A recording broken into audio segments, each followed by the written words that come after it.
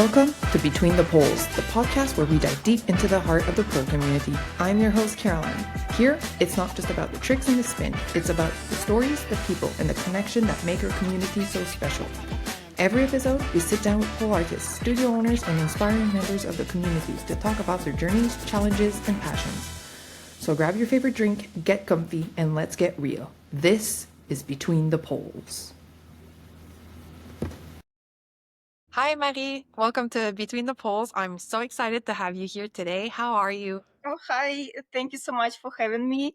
I'm very excited for today and I feel fine and ready to share anything, all my experience. I loved it. I have so many questions for you. And yeah, let's kind of dive right into it. The first question I usually ask the guests on the podcast is always, how did you get into pole? How, and kind of what your journey was from when you started to now. And I know that's like huge questions, and then I'll ask you more. Okay. Yeah, it is a big question. And I guess to explain exactly like how get to the pole and why I fell in love with the pole, I have to say like a little bit of background of my childhood. Can Do I it. start like yeah, like very, very much back? So actually, as a kid, I had a very like very small lungs that I couldn't like even do any type of activity like jumping, running. I start like feeling this like I have very small capacity of my lungs, and we try to treat it differently. And basically, what my mom was recommended by the doctor is just find a sport what like not like any active sport, not dynamic, but something what like just naturally increase the capacity of the lungs. And we try a few different options. And I was already in the first grade of school, and my mom saw that circus, like kids circus school, will like find, I don't know, like new attendance if you're interested. So we came there. It was like a testing. I have to show my splits, my back flexibility, like something like this. And I just look through all of these kids doing crazy stuff like aerial handstands, like splits, cartwheels. And I'm like, oh my God. Like finally I got so excited about it that I want to stay there. At the end of this like class, I came to my mom with like, I don't know, like my eyes was like, I want to stay. And actually my mom already spoke with the teacher, and she said like, I'm sorry, your girl has no potential at all. She, yes, it's very stiff. It's like, sorry, but like, okay, they didn't see me there. And you know, like circus industry in Russia, like, yeah, I'm Russian. So it's very tough. Like you have to be competitive even with this child. Like I couldn't imagine here, like living in the United States, somebody would say it like to your parents, like, no, your kid cannot do like acro gymnastics or whatever because they have no like physical whatever. I was gonna say, I feel we're really nice out here. I'm in Canada right now, and I feel as children, even as adults, I feel we're really good with like, oh, the important is just to participate. Exactly. And I used to And be that in I love it. school. Like my first job in United States was the teaching kids like circus arts. And this is like completely different mentality from me, but this is how I like this is my first experience. And after like my mom talked to me and my like I'm crying how much I want to stay there, she came back to the instructor and just asked like, okay, please like also explain the situation with the doctor. She need to do some type of activity. And she said, okay, like let her be. And of course, I already start learning like a cartwheels or whatever. And every time, like, hey, coach, look at me, what I can do. Oh my gosh, coach was so tough. It's like better stretch. You like you're not flexible at all. Better stretch. Uh, and but I don't know, like just my character. I guess I'm very like I can push myself very hard from very young age. And when I figure out I want something, I'm gonna get it. And just being in this environment, looking at all of these kids, I start like even at home. I came back home and I start stretching and doing something. So like, okay, I will try to cut all of the story short, but in 3 months, I was on a stage on my first performance. It's Wow. how, like, yeah, I just fell in love with the art, with the, like, Accra and art together, because again, like, this wasn't a sport, this was about a performance. It's like some type of skill you can put with the music, with the choreography, and put up on a stage. So this is the idea what I was loving in the beginning. So now I guess you already can apply it to the pole, right? It sounds very similar.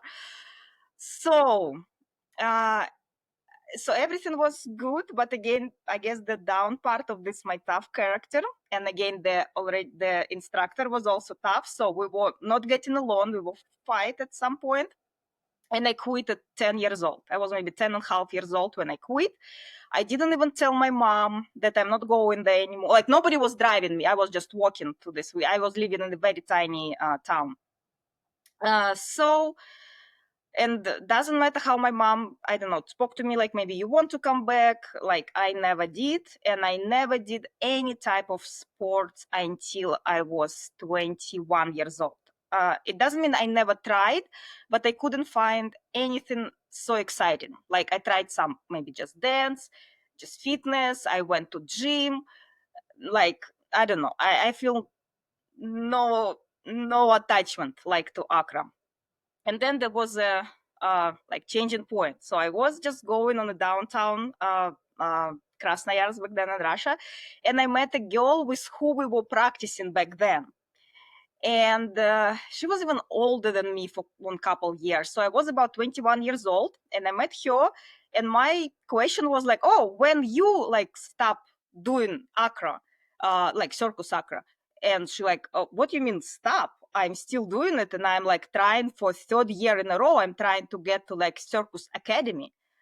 And I'm like, "What?" Back then I was I think on my last sixth grade of the architecture, so a master degree of architecture, and I was sure that like, all of this circus, Accra, or whatever, it's just for fun. It's not a real job. It's just something people do, like, on the side. And I couldn't believe that growing up person, even older than me, like, still doing it, like, in a professional level. It just blew my mind. And like, okay, where do you practice? And she said that she has a friend who has a circus studio, the same for the kids. And she said, okay, if you want, you can, like, just get there and start practicing again. I was completely out of shape, but like, okay, let me try. I think it was about winter time, maybe a little bit before, like, November. And I started going there. I like, went back in shape because everything is exciting me again, and I'm around, like, kids. Maybe oldest was about 15 years old. They so energetic. We're like doing cartwheels, like all of this forward rolls, whatever. Like, I don't. You can imagine, right? What type of arts we can do in a circus. Uh, okay, so I get excited again. I did like it, but I still feel like this is my maximum. Like, I cannot compete with all of these kids, like, the level of of course, I lost completely my back flexibility again. Like, when I was a kid, I was able to do triple fold. It's when you on your chest, your knees on the ground, and then, like, this. I was super flexible. And now, of course, like, I barely reach my splits back then a little bit. Okay, so I just feel that I'm not belong there. I like, in my mind, I already figure out, okay, this is gonna be the end. Like, I'm too old for this. And then it was another, like, turning point. So in my classmate on the social media, she posted just a picture on a pole with just the sport clothes, like some type of shape, maybe, like, say, ballerina or whatever. And I'm like, what the heck is that? Because for me, before, like, pole, it only was about dance, like, looking very sexy. And it's not like people like, oh, you working or you just not doing it. Like, for me, it was nothing in the middle. I don't know. It was 2010. Yeah, I have to say, it was 2010. Siberia, Russia, no much information at all. And I wasn't active on the social media either. Okay, so I texted her, like, hey, what is it? It's like, oh, it's a studio just opened in Krasnoyarsk. Like, check it out. It's very fun. It's like, okay. So this was in March 2010. So what, 15 years ago, right? 15 years ago. Like, Yeah. that is impressive. That is a long time. And it still took me about a month to finally call the studio and schedule like a class. I don't know why I feel so nervous, but when I get there, I still imagine, like, I still remember these feelings like it was yesterday. It's really, it was very tiny studio on a basement, kind of dark. Only 3 poles were there, but nothing was important because I saw what girls can do on the pole, and it's blow my mind. I'm like, oh my god, this is just amazing. The other part that I couldn't believe, because I already feel like, okay, kind of in a shape, right? I spent a few months in a circus, but I couldn't do anything. At my first class, my hands was like just not holding the pole, like just not having it. And I couldn't figure out what is the secret. I just don't know the secret. That's it. But the good thing about it, it was challenging again. It's what I like about like sport being about. It's about challenges. So it was exactly right challenge for me. And I like, okay, I want to stay there. I was going very actively for a month or two. And then I had my diploma work to graduate from the university. And of course I have to quit. It was very busy time. I quit it. After I graduated, I scheduled again, maybe went to 2 more classes. And then my instructor got pregnant. And for some reason, she told me like, hey, would you like to teach my classes, some of my classes? And I'm like, what? Like, I'm 2 months in, what you talking about? Like, some girls, it was studio existed for about a year. It's like, why me? And I still have no answer on this question, but somehow like this girl just saw something in me and just believe, because my level was very basic, like basic spins. I think I just got my invert, that's it, like nothing much. And I was you because I ask a lot of guests this because we always see kind of people online, right, polling and they're amazing. Like you're amazing from what I see online. But we forget that people start somewhere, right? So I was gonna ask you, you said you were 2 months in, and you said you inverted. So that's really short for people to start to invert. So you took pole and did really well with it, basically. okay, yes, I can say that. I had a little secret. So my hands was very slippery. So I understand that my body it's capable of doing it, but my hands wasn't having it at all. So my first all the tricks I did in gloves, like a specific gloves with lacquer. And even though I do not recommend, no, like completely practice, of course, I still I try without them, but mostly like inverts or anything like this. What's scary, I did in gloves because otherwise I just cannot have it.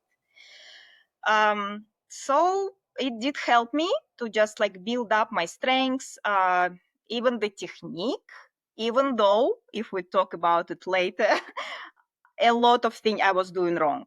But I think it's every pole dancer went through this part when we just first we're so excited and we want to move fast. We want to try the tricks, like as many tricks we can, but we didn't build this foundation. And this is what was happening with me. Yes, I was progressing very fast, but unfortunately I'm missing the very, very important part with the foundation, and it did hit me hard later on in a journey. So maybe we just put it apart for now. So just I like was gonna when she asked you to teach, so I guess you said yes. And then how was that? How was it when you started teaching, and how did you keep up with your own training? very good question. So actually, just when I graduate, I already got a job offer as an architect. And I don't know, I was so dreaming about it. It's very big competition in the architecture industry as well, especially in Siberia. And I denied this job and I start teaching pole. And after like wherever the studio is open, I just stay there and did my own practice. So like I mostly practice, I don't know, 7 hours per day every day. Of course, like not like actively all this time, but I was researching something, I was studying, I know, trying some things. And first, of course, it was tough. First, I started teaching only on static pole, because on this small studio, we actually have 3 static poles. Then we moved to the bigger studio, and it was a spinning. And I'm already an instructor. Could you imagine, like, I'm already teaching pole, but I have no experience in spinning pole at all. And when I show something, even simple on spin pole, and after this, I'm like, I have to focus. I'm walking straight, because I was like this, and I try just like, okay, how say, fake it until you make it.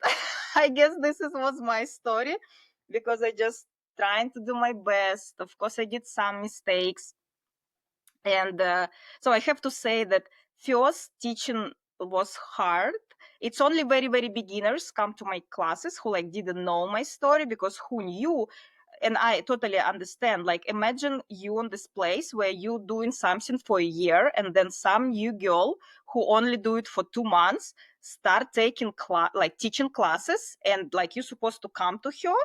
It sounds ridiculous, right? And I totally understand. And it was a lot of gossiping around, like later on, okay, when I start competing and I start like being more in the community, some people actually came to me and said it to my eyes. It's like, I didn't want to come to your classes for this reason. But after I was a lot of tricks. I was the first one in this town who done this.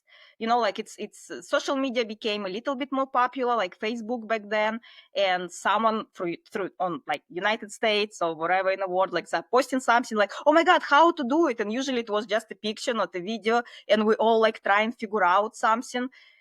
And yes, like sometimes I was the first one who figured out how to do it, and then people start, okay, now like she deserves my respect or whatever, and they start coming to my classes. And then, oh my gosh, I was teaching a lot of classes, and like 3 4 in a row. It was a pretty good salary back then as well. Only after I think 2 years I start finally having a full-time job as an architect, and still at night teaching a pole.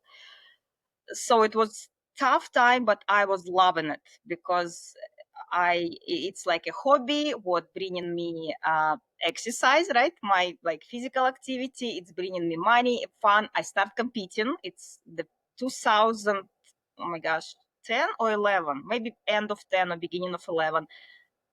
I think 11, okay. 2011, I competed for the first time. It was only in a professional category. Back then it wasn't too professional, but still, like, it wasn't high level of professionals. I was placed third of the 4 people, but I already was very happy about it. So, and yeah, this is how I get to the pole. Still there. For our viewers and our listeners, I always love asking this for myself from people that I admire and people that are really high level. You said you trained a lot, right? You were teaching and then you'd stay at the studio and you train for yourself. Do you have any tips or tricks of how you train for yourself? Like, what did your week of training look like? How did you get to the level you're at right now? Because, like I said earlier, it's easy for us to look at your level now and be like, oh my God, you're amazing. You were always amazing.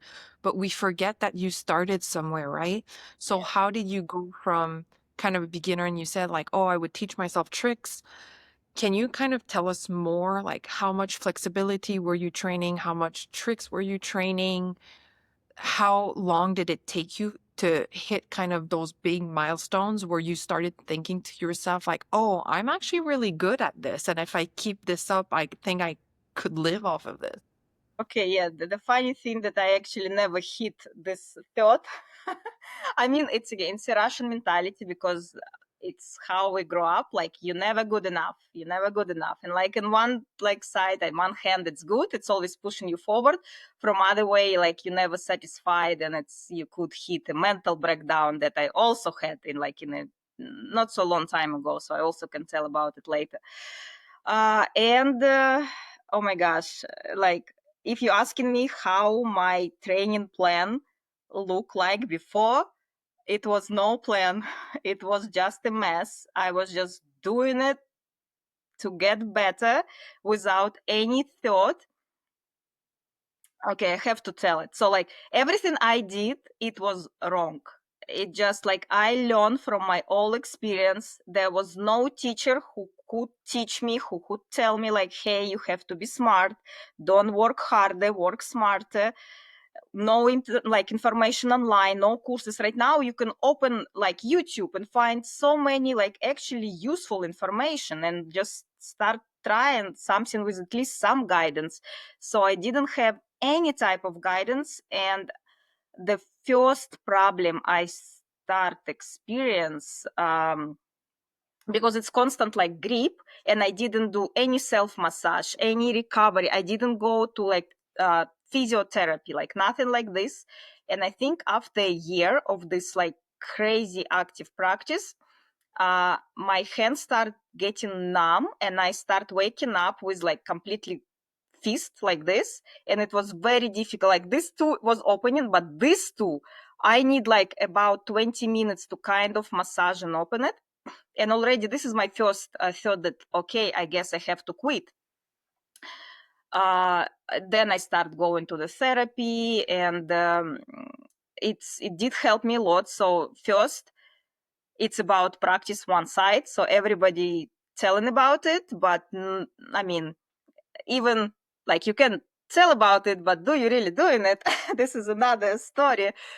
And this is from my own experience. So my spine start, because the muscles on one side become much stronger. So my original side was like on this on right side. So the one side of the muscle become just tighter, and the spine, like it's not like double, like curve, but just like this curves. And that's why I start feeling already the like very tight back muscle. So from there I start feeling these hands.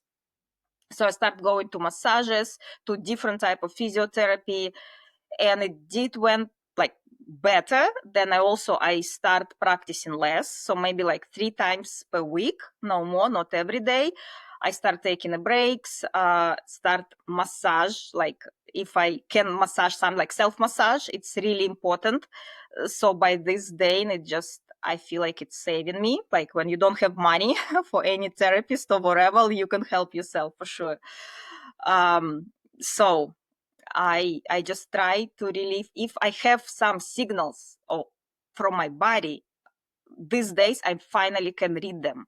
It's like anything like pinch nerve. I was living with a pinch nerve for about 5 years without understanding what is it. It's like when your muscle over tight, and sometimes like even you warm up, like you do some trick and pinch nerve, and sometimes it just light, you kind of feel it, but you're not like taking it seriously. Sometimes it was so bad that I couldn't even like breathe, or like it was every time when I breathe in, it's painful. I don't know, but I just accepted it as a normal, and this is not. And these days, I just feel the polars, they more aware, and more people start talking about it. That people start taking it serious, because actually like the equipment we're working with, it's a vertical. If you not engage like your muscle evenly on both sides, eventually it become a problem. That's why right now I like the conditioning, just an acra conditioning. Yeah, I also probably will get later how I get to acra, because I start doing pole without deep knowledge in acrobatics. This was later on. Yeah. uh, and like you have to do conditioning, even though it's something what I didn't like in the beginning. Remember, I think it's so boring. Now I feel like, yes, pole will make you stronger, but you have to still conditioning your body in a parallel way. When your muscle is ready, then you will be progress on the pole so much faster than without it. I love that. And I love that you talk a lot also about like self-care, because I own a pole studio and I teach, but the more I'm doing this podcast and the more I teach the more I speak to high level athletes here, I notice how many of us overtrain and don't give our body proper self care. I love that you're like, yeah, even on a budget, you're able to take care of your body and you're able to listen to the signals that it's sending you. And you should really like take that into consideration in your training. And then we'll get to it later, I'm sure, right? Either a love or a hate of conditioning, but I get it. We all get it. We all should condition. I also love that you say you have to work on both sides because I think we're all kind of victim to that. We have our favorite side and then we just work on our hardest trick on our favorite side all the time. And then one day you try the other side and you're like, oh boy, I really need to put more time on it because Exactly. And instead, it's even like mentally shorts you because on one side you feel like a professional, then you try something on other side and you're like I'm a beginner all of a sudden, like no. And sometimes you just want to close your eyes and like I don't want to see it, I don't want to like deal with it. But oh my god, I know how difficult is it. I still struggle to push myself practice equally, but I guess what I teach myself, like just to understand, like yes, you can easily do it on right side, on left side just an attempt, just a simple try, it's already count as attempt, even if it's nothing close to what you see on other side. Like don't compare it, don't try to make it look even. It's never going to be this way for sure. you Just know what I also really enjoy is when I take a class as a student and then the teacher builds a combo that you have to use your weaker side to get to your better side. I'm like, oh no, she tricked us all into working both sides because now you got to start on this side if you want to yes, it's finish on. very smart. I Yeah, enjoy that. actually, like I know not every like this, and I actually so jealous of my students who said like, oh, I don't have really difference between my left and right split because like my right split is over split, I have no problem. My left split, I barely can do it on the ground with the, like a passive push. And of course, sometimes, like as I said, for example, the first split, it's probably jade split, right, for everyone. And I told this is my right side, but if I come on my right side, this is my left split, and I cannot do the flat left split. So I have to reteach myself, like inverting on my left side. And this is nice because, like, I figure out that it's much easier to build the strengths than just stretch other side. And this is just an example that actually you can use to other side. It's just a matter of like how many times we really try and attempt. So now, no, at least for inverts, I don't have preference. I don't care from which side to invert. No, because like any basic move, basically I can do on each side and don't feel difference, and it's nice. Of course, like if it's something more advanced, this is a different story. I have a question for you, and I think I know the answer just by your background and how you got to pull, but do you feel that naturally you tend to practice more flexibility moves? Are those the moves that you enjoy the most? So as you already heard, I'm not flexible naturally. It just in a young age of like 7 years old, I push myself very hard to stretch. Unfortunate again, it was a passive flexibility. It was no active flexibility engaged.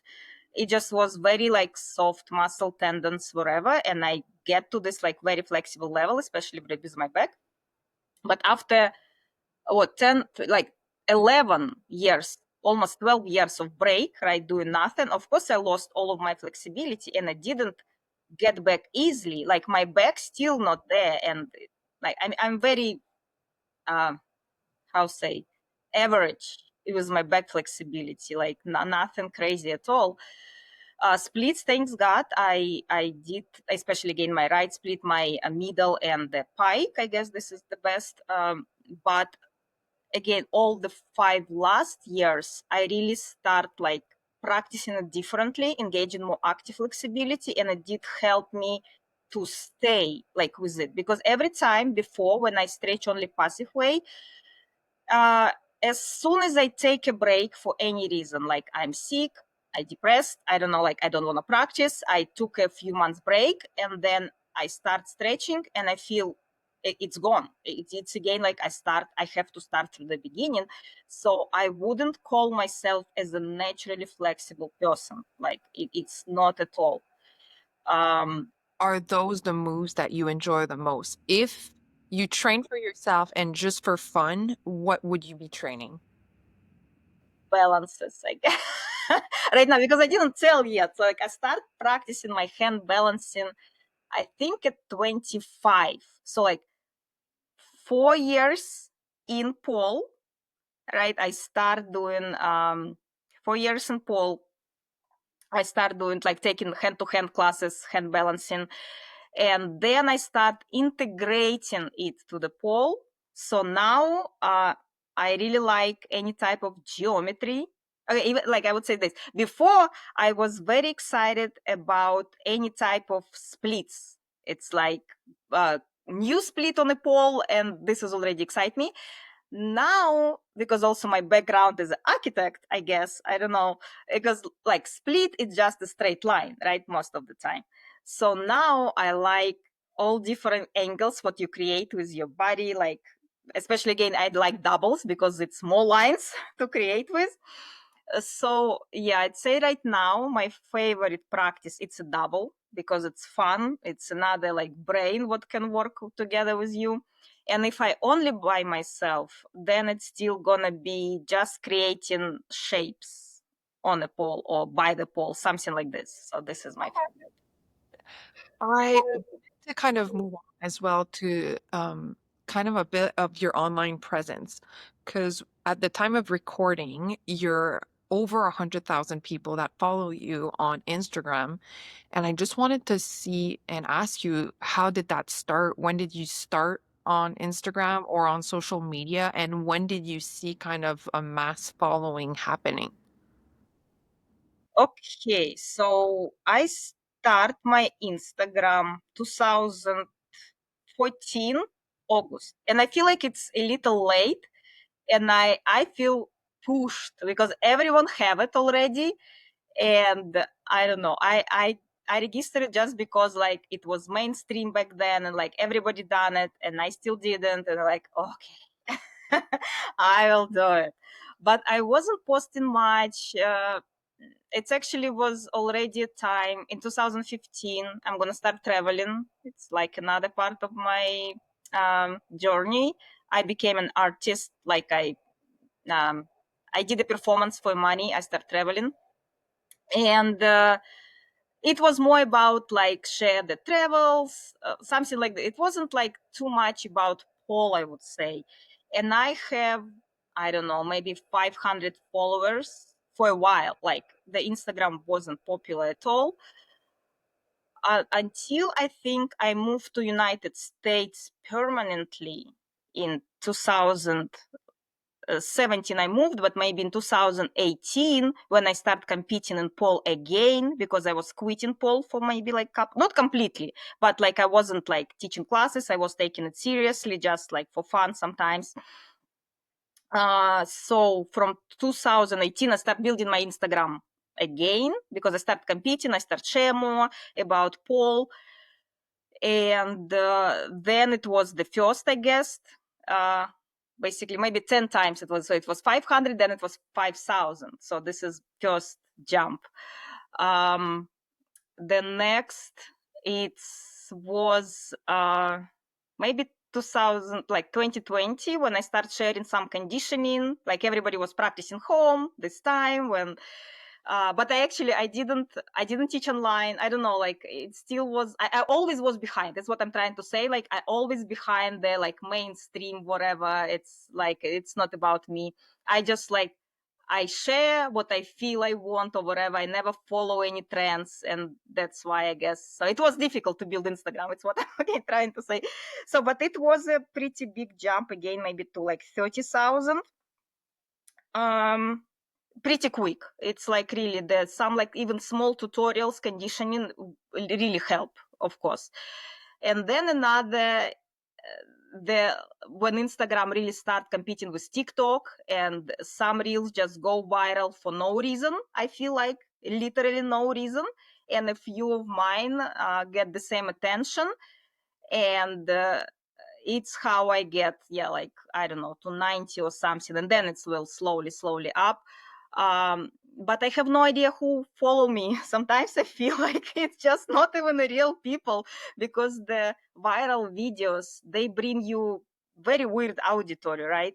And sometimes like I feel like, oh, I never paid like promote my reels, I never bought followers, like I did nothing like this, but I still feel like my engagement, it's quite low, because basically what's helped me, it's like just random reel go viral, like several millions, and it's how my auditory came.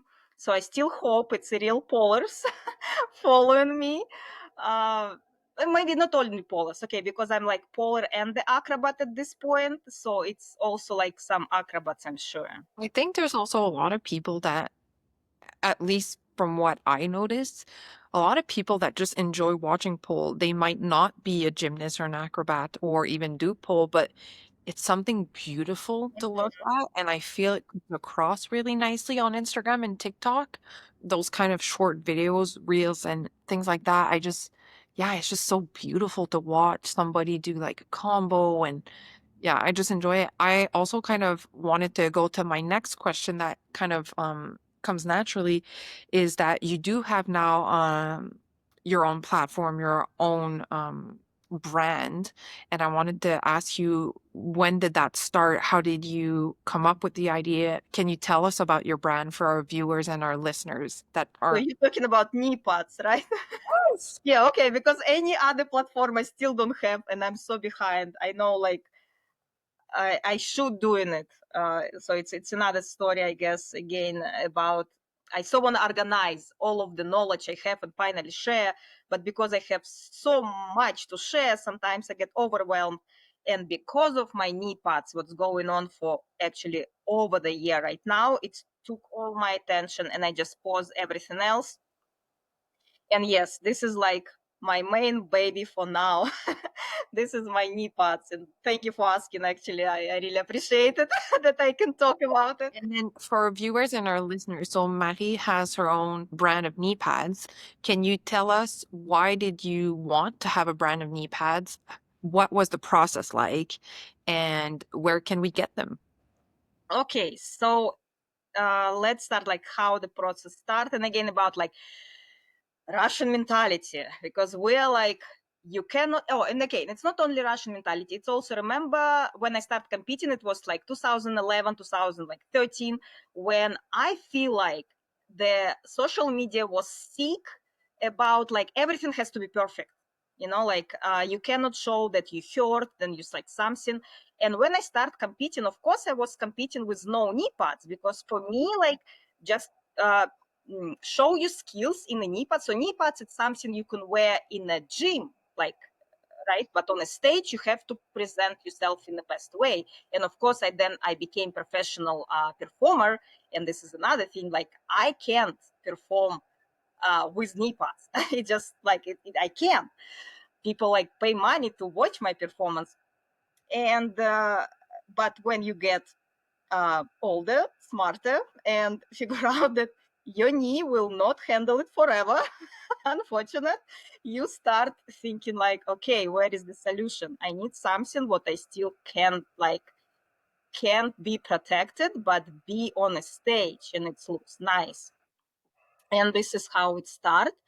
I saw my knee pads the first in 2018 for the performance. It was very thin, as I remember, and I did have like some pretty big kick, but on a stage again, you never like feel it. Uh, but again, without knee pads, it would be terrible. So at least like it has some type of padding. And another thing, in the same performance, I really need my knee grip. Like I cannot like another, yeah, why I didn't like knee pads, uh, because even the knee pads, what like having a sticky thing on the back, for me, unfortunately, it's not compromise. Maybe for someone it is, because sometimes like you need to grab your knee and then slide on this in the same time. And so when you have this, but for the same reason, I don't like. I don't recommend to use gloves too much, because again, especially working on a static, you have to have two type of grips: the very tight, right, when you hold, and the sliding grip, where you like how so you controlly sliding. And again, this type of material just not allow this movement. And so I have to figure out something on my knees that protect from like front side and not affecting the grip on the back side. And yes, I was sewing knee pads for the stage and for my practice. For my practice, they was like more chunky, more thick. For the stage, it was less thick. And people start asking me like, hey, where you get them? Where you get them? And like, oh, I just sold them. And I had like maybe 3 clients who like, oh my gosh, I have a performance, please sew it for me. And I did like a custom made. It took so much time, so much, and like I couldn't charge a lot for these knee pads, right? And I did 3 times and like, okay, I'm not gonna do it. It's just too much of my time for nothing. And it basically, it was last time when I saw it, maybe it was beginning of 19. And but people keep asking me because especially while my account grow, like more and more people like keep asking almost like every week now, like where knee pads from, where this knee pads from. And I guess I hit the point like, okay, I need to do something about it. If not me, somebody gonna do something about it. And I just took a risk. I start looking for manufacturer company who can like start doing it. And the first samples was just terrible. And I'm like, oh my gosh, why I'm doing it. And then I really have to like take time to just thank all the pole community, how much support I get. It just blow my mind. Again, I just complained recently, like I'm not even sure who's following me, right? And now I figure out that no, it's real people, real pollers. They start buying like these testing models. And I hope you understand that again, testing models, they couldn't be perfect. Like nothing couldn't be perfect from the beginning. And second, nothing could be perfect for everyone. So some people was just texting me that I'm sorry, it didn't work out for me, like for any reason. But and I was expecting it. It was fine. It didn't hurt me mentally, but it's opposite. It's like build me confidence because they said like even though it didn't work out for me, like keep doing. I will support you or whatever. Like nobody asked for like refund money or anything. It's I don't know. Oh my gosh, it's like I couldn't say thank enough for all of the people who support me during this time. So about in the 5 months, I figure out I actually can start a business. And then when I start building my website, I registered the business. So now it's all official. It's marisimak.com. I just decided that yes, I want to like having this brand. I still want it's like was with my name because I think is my biggest nightmare. Uh, Somebody with bigger money or whatever big investment just take this idea and steal it from me, and I can do nothing about it, right? It could be just a little different design and that's it. So I really hope that uh, I can grow bigger. Right now, it's not about money at all. It's about making the product good for everyone. That's why like I'm constantly upgrading something. People still getting review feedbacks. And so far, I'm very grateful how it's going. It's like I'm so scary to say it, but thank you all for like who already tried, or if you would like to try. So please like check out maybe my page Marisimak or the website already marisimak.com. Or I created a page of the knee pads. It's actually almost 1K, and I wanna do some. Unfortunately, I think when the podcast will be out, it will be too late. But I wanna start some giveaway, hopefully some big giveaway, just to show my appreciation to all of the supporters. That without them, it wouldn't be possible for sure. And for our viewers and our listeners, I will put all the details in the captions so you guys can have a look and hope that you guys kind of give a little bit of support to Marie. Something I really do enjoy is the community in Pole. I feel like me too, right? I own a small studio. I've now started a podcast, and I feel people from the pole community are so willing to support small business. We're all trying our different things and we all have a little side gig and stuff like that. So I really, really do appreciate that. You're on the podcast today telling us about your knee pads. We have a bunch of guests that we're on, right, that have online platforms and they have, let's say, a meal prep company or a flexibility program. And I love that we're part of a community that people really tend to support those little small business. So thank you for everybody listening and watching this episode today. I wanted to ask you, Mahi, is there any tip you would give somebody that's starting pole or is struggling with pole, or any tip that you received in this journey that you really enjoy? Uh, First, it's self-care and self-awareness. So nothing could be more important than your health, physical and mental, because I hit a like two big breakdowns with my mental and with my health as well. Because the first, like when you just focusing on like harder, higher, better, um, and I actually figured out that at some point I practice in pole just to like get to the new competition or whatever. It was always about like something on top, and I just lost the feeling in the beginning that I practice pole just because I like practice pole. And this is very important to keep in mind that just and these days the pole is so like so different, right? Different styles and whatever. Like just try something what you enjoy, and like don't try to reach the goals too fast or whatever. Just try to really be in the moment, and do not starve yourself. Do not over practice. Really try to just keep in a balance, I guess. Of course, it's again, it's a big story exactly what type of advice, but I'm sure in every little city or again the information online you can find the person who you can just click maybe and find someone who can guide you through this, because yes, it's a lot of we call it this like downwater stones could be on a pole, and I guess if you're aware of them it would be better. So I guess just not rush. Don't be crazy. That's great advice. I feel like it is time for us to move on to what we call here the last segment. It's the last grip. These are really short questions that are just meant to be a little more fun, a little more positive. You can give Okay. us as much or as little detail as you want. Maddie, are you ready for the last grip? Okay, yep, let's do it. Do I have to be very fast? I'm scared. You want me to be very fast. All right. Do you prefer coffee or tea? uh Coffee in morning, tea at night. Okay. Your favorite song to dance to right now? Okay, no, I don't have a favorite song, and I guess if it would be, it would be some Russian song with the good beats and the beautiful vocal, like the combination just of the beat and vocal. It's usually what like drive me to move.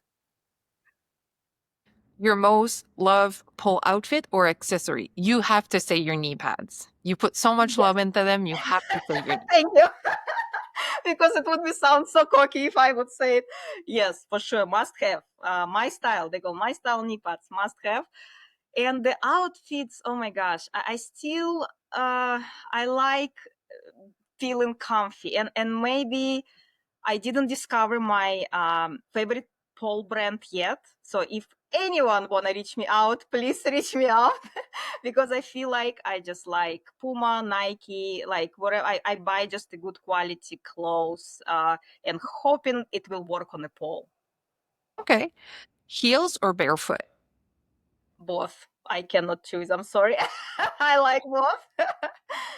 One word to describe your relationship with the pole.